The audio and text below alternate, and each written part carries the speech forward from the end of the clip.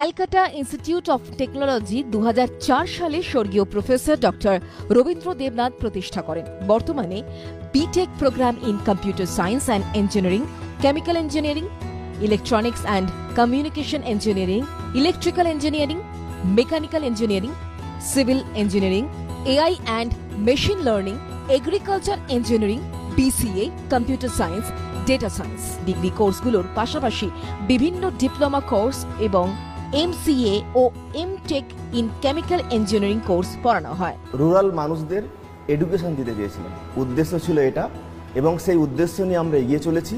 সেই উদ্দেশ্যে উনি প্রথমে ফার্মাসি কলেজ করেন এবং তারপরে পরে আমাদের এই Calcutta institute of technology engineering college উনি তৈরি করেন।